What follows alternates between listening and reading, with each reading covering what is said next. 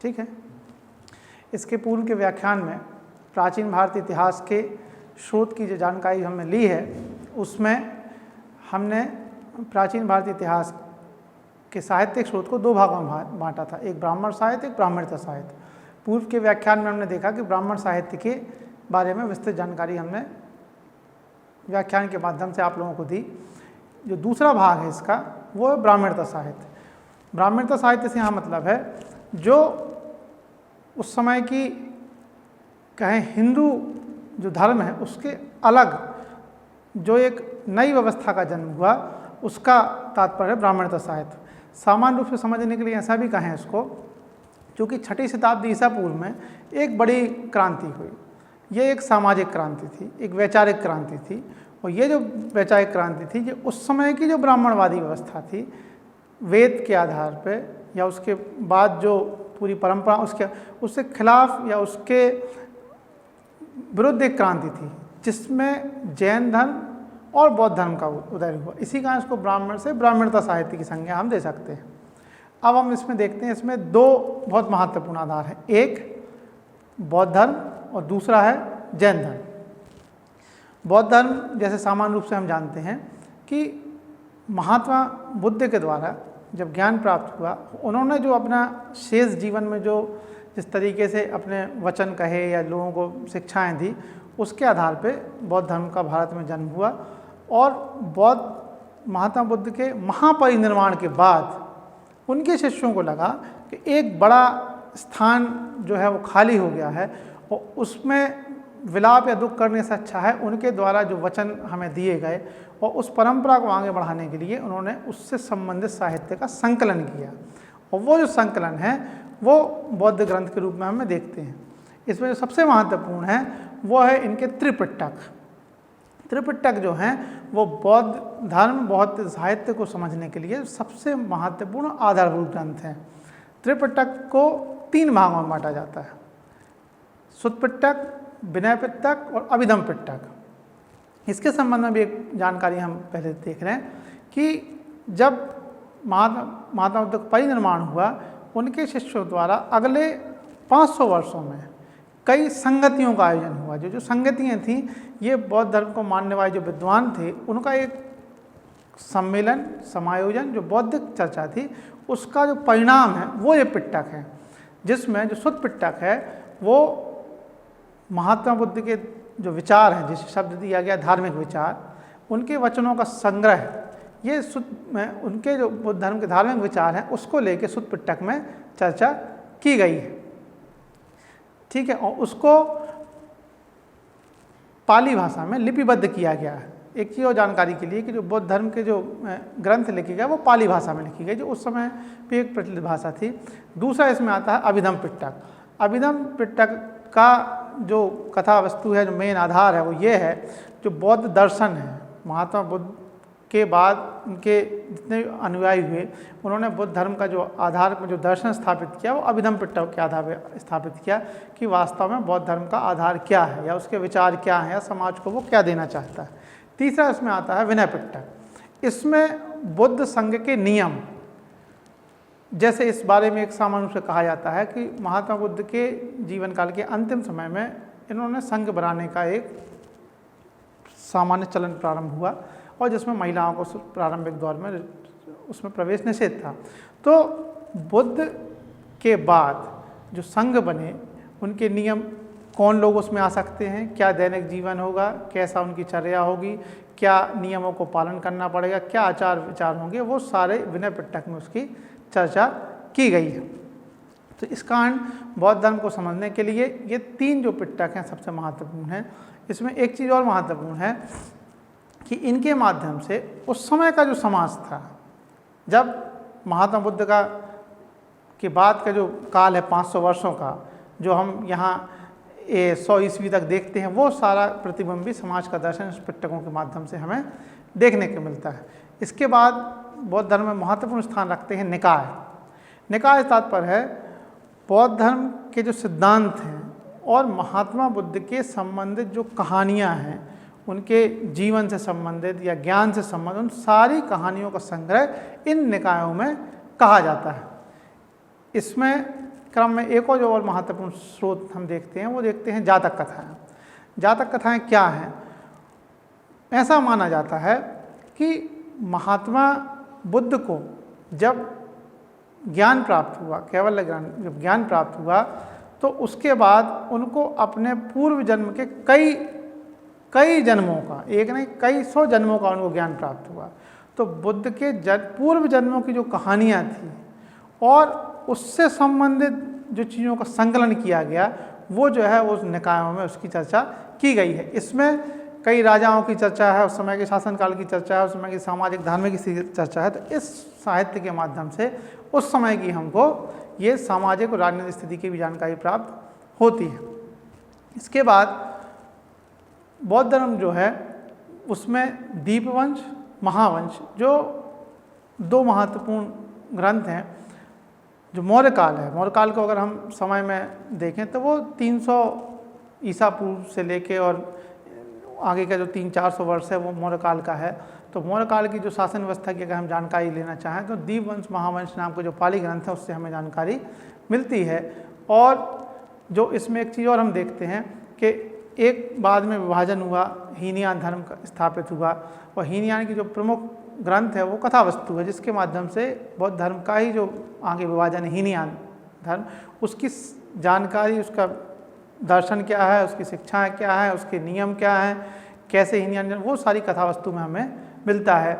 और इसमें महात्मा बुद्ध के जीवन की भी बहुत सारी शिक्षाएँ हमें प्राप्त होती हैं। हीनयान जो महायान धर्म आया, ये दो जो बड़े विभाजन हुए, इसका जो प्रमुख ग्रंथ है वो ललित विस्तार।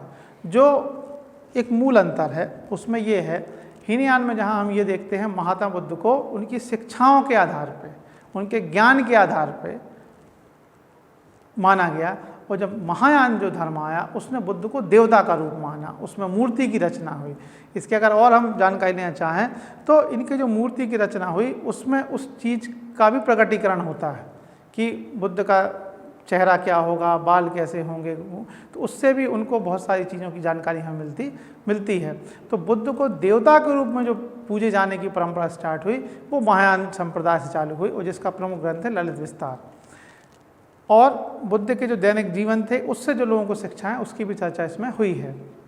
जैसे दिव्य वदान एक जो महत्वपूर्ण ग्रंथ है बौद्ध धर्म का, उसमें अशोक के उत्तराधिकारी से लेकर पुष्यमित्र संघ तक का विवरण हमको मिलता है।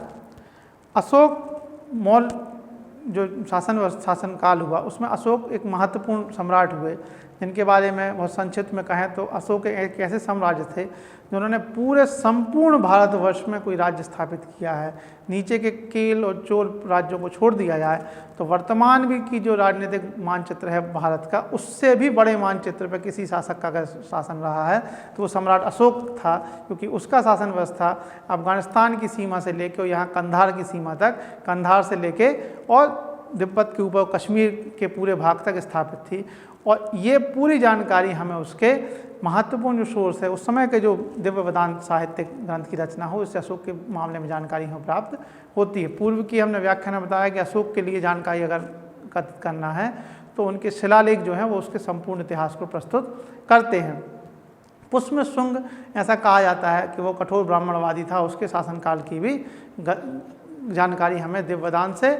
और एक जो संस्कृत ग्रंथ है उसमें अश्वघोष एक बहुत महत्वपूर्ण हुए हैं। अश्वघोष ने, चूँकि वो संस्कृत भाषा का मुख्य पोषक रहे हैं पुष्यमित्र शुंग, और उन्होंने ऐसा कहा जाता है कि मौर्य काल के बाद जो शुंग वंश स्थापित हुआ उसमें पुष्यमित्र शुंग ने उसको स्थापित किया, और वो बौद्ध धर्म के एक प्रतिक्रिया के रूप में स्थापित हुए थे। उन्होंने संस्कृत को आगे बढ़ाया, और जिसमें अश्वघोष एक प्रमुख विद्वान हुए जिन्होंने एक कथा रचना की। महायान संप्रदाय में जहाँ हमने देखा कि ग्रंथ ललित विस्तार के माध्यम से बुद्ध को देवता मान के उनके जीवन की पूजा हुई, और उसके बाद अगर हम देखते हैं तो एक महत्वपूर्ण ग्रंथ है वो है आर्य मंजूषी मूलकल्प, जो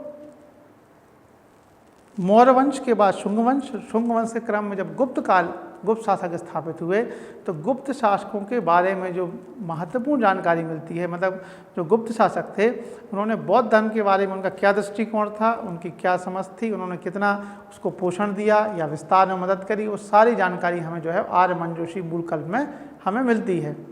इसी प्रकार एक प्रमुख जो ब्राह्मणता साहित्य में हम चर्चा करेंगे उसमें सबसे महत्वपूर्ण आता है बौद्ध धर्म के बाद, वो है जैन धर्म। तो बौद्ध साहित्य से हम देखें, सिर्फ हमें बुद्ध के दर्शन ज्ञान की जानकारी नहीं मिलती, उस जो पूरे शासन काल में जब इनकी रचनाएं हुई जिस काल में, उन शासकों की राजनीतिक, सामाजिक और आर्थिक स्थिति की भी जानकारी हमें साहित्य से मिलती है। इस कारण जो सोर्सेस हैं, साहित्य जो इनके साहित्य का आधार है, स्रोत हैं, वो हमारे अध्ययन के लिए बहुत महत्वपूर्ण है। इसके बाद आता है जैन साहित्य।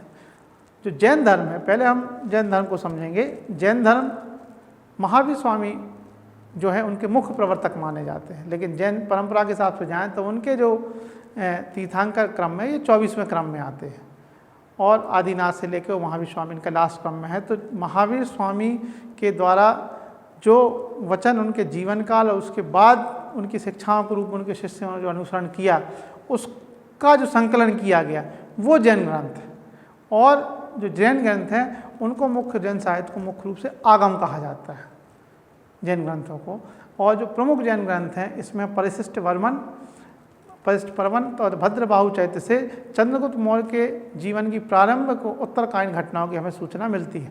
ऐसा कहा जाता है कि चंद्रगुप्त मौर्य जीवन के अंतिम समय में उन्होंने जैन धर्म स्वीकार किया था और उन्होंने जो अपने शरीर को त्यागा है वो जैन धर्म की विधि के द्वारा ही उन्होंने उस अपने प्राण को त्यागे थे। इस कारण चूँकि जैन धर्म से प्रभावित थे, इस कारण उसके जो विद्वान हैं परिशिष्ट वर्मा भद्रबाहु के द्वारा ये चंद्रगुप्त मौर्य के जीवन की चूँकि शासनकाल की समस्त घटनाओं की हमें जानकारी मिलती है। तो जैन साहित्य से सिर्फ जैन दर्शन नहीं, वनस्पत उनकी जो राजनीतिक घटना चक्र है उसकी जानकारी भी हमें प्राप्त होती है। इसी प्रकार जैन साहित्य में एक बहुत महत्वपूर्ण आता है भगवती सूत्र, जिसमें जो भगवान महावीर हुए हैं उनके जीवन का जो कृत्य है या जो उनकी शिक्षाएं हैं या उनके जो समकालिक लोग थे उनके से संबंधित बहुत सारी जानकारी हमें इस भगवती सूत्र के माध्यम से मिलती है। और ये चीज़ भी हम देखते हैं कि ये जो काल था, सूत्र काल के बाद का काल, जनपदों का भारतीय समाज में, भारतीय राजनीतिक व्यवस्था में जनपदों का स्थान बन चुका था, जनपद स्थापित हो चुके थे। तो उस समय प्रमुख थे 16 जनपद, और जो 16 जनपद हैं इनका उल्लेख जो है वो भगवती सूत्र में मिलता है। इसका मतलब ये सिर्फ धर्म ग्रंथ, धर्म जानकारी नहीं दे रहे थे, ये हमें उस समय की राजनीतिक व्यवस्थाओं की जानकारी भी दे रहे थे।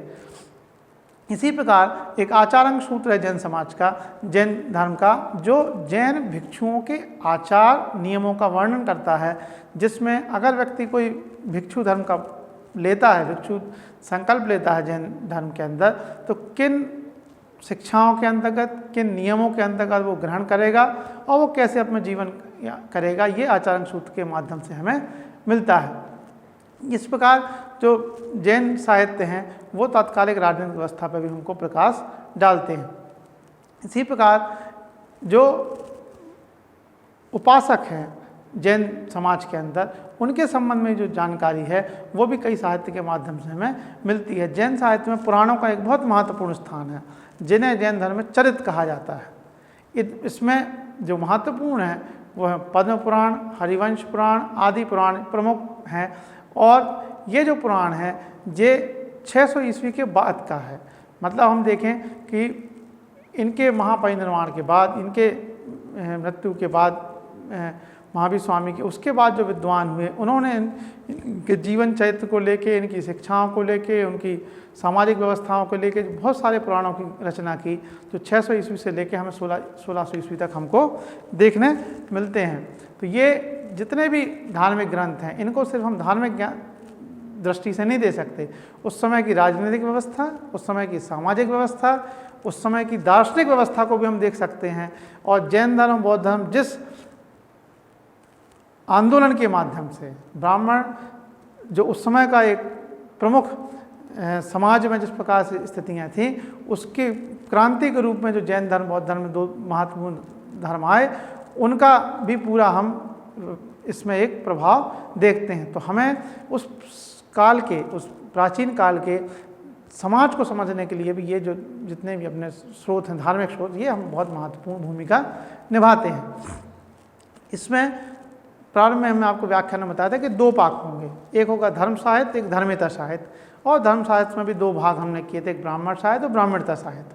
तो इस प्रकार इस व्याख्यान में हम देखते हैं कि जो धार्मिक साहित्य है उसकी एक विस्तृत व्याख्या रखने की कोशिश की गई है, जिसमें धर्म ग्रंथों के में भी ब्राह्मण धर्म, जैन धर्म और बौद्ध धर्म, यहाँ ब्राह्मण धर्म से तात्पर्य वर्तमान ब्राह्मण धर्म से नहीं है, उस समय की जो व्यवस्था थी उससे साहित्य में रखा गया। और ये धर्म ग्रंथ हमारे लिए बहुत महत्वपूर्ण है, क्योंकि इससे हमें राजनीतिक, सामाजिक, धार्मिक और दार्शनिक और उस समय के जीवन के व्यक्ति की सोच क्या थी, और सबसे महत्वपूर्ण बात ये है, ये हमारे लिए इसलिए भी और ज़्यादा महत्वपूर्ण हो जाते हैं कि वो जो दर्शन है वो आज के वर्तमान समाज के लिए भी प्रासंगिक है, ना सिर्फ प्रासंगिक है बल्कि एक हमें दिशा देता है कि हमें अपने जीवन को किस तरह और किस रूप में हमें ले जाना चाहिए, जहाँ हमें उपनिषदीय ज्ञान जो है वो ज्ञान की सर्वोच्च व्यवस्था तक ले जाता है।